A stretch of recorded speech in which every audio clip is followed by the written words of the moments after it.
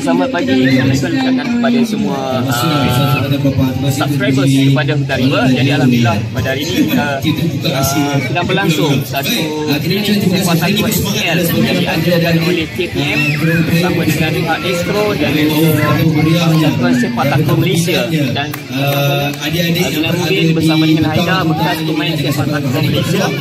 Dan sebentar lagi training Sepak Takraw akan berlangsung.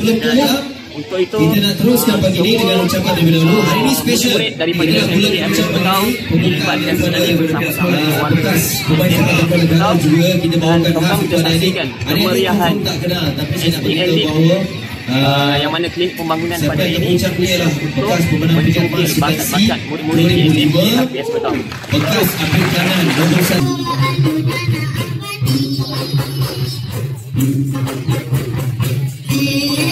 Untuk menjadi cermata wakil dari KPM ini 3.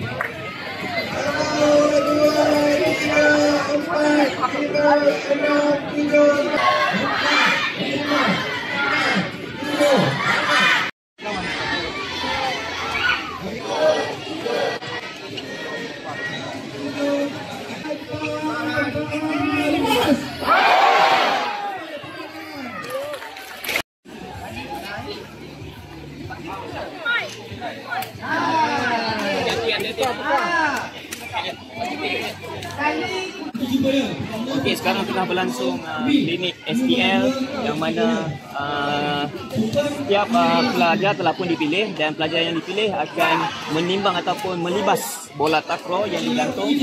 Dan ini adalah klinik pembangunan yang diadakan ataupun dilaksanakan oleh pihak PSM iaitu Persatuan Sepak Takraw Malaysia bersama dengan Astro. Jadi kita lihat keramai murid-murid di sini sedang melibas bola dan ada di antara pelajar-pelajar di sini adalah pelajar ataupun atlet sekolah yang mewakili sekolah sehingga ke peringkat negeri.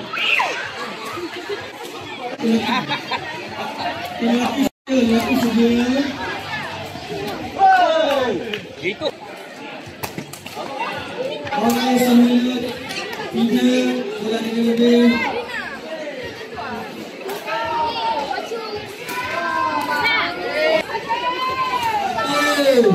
Dua, tiga. Okey, nanti bagus. Okey, lagi sekali. 1, bidang 2. Kau. Baik, apa? 2, gila. Baik, gila. 1.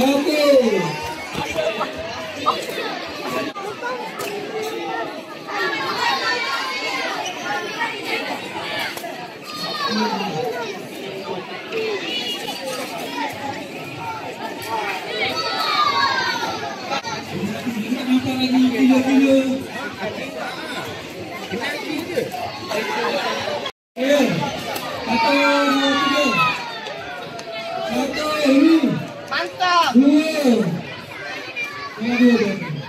Lagi sekali.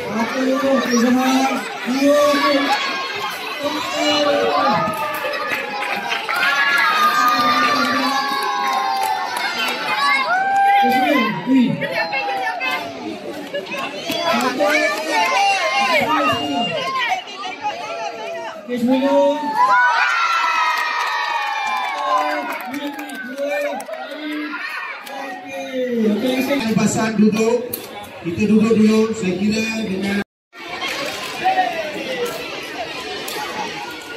Ayo,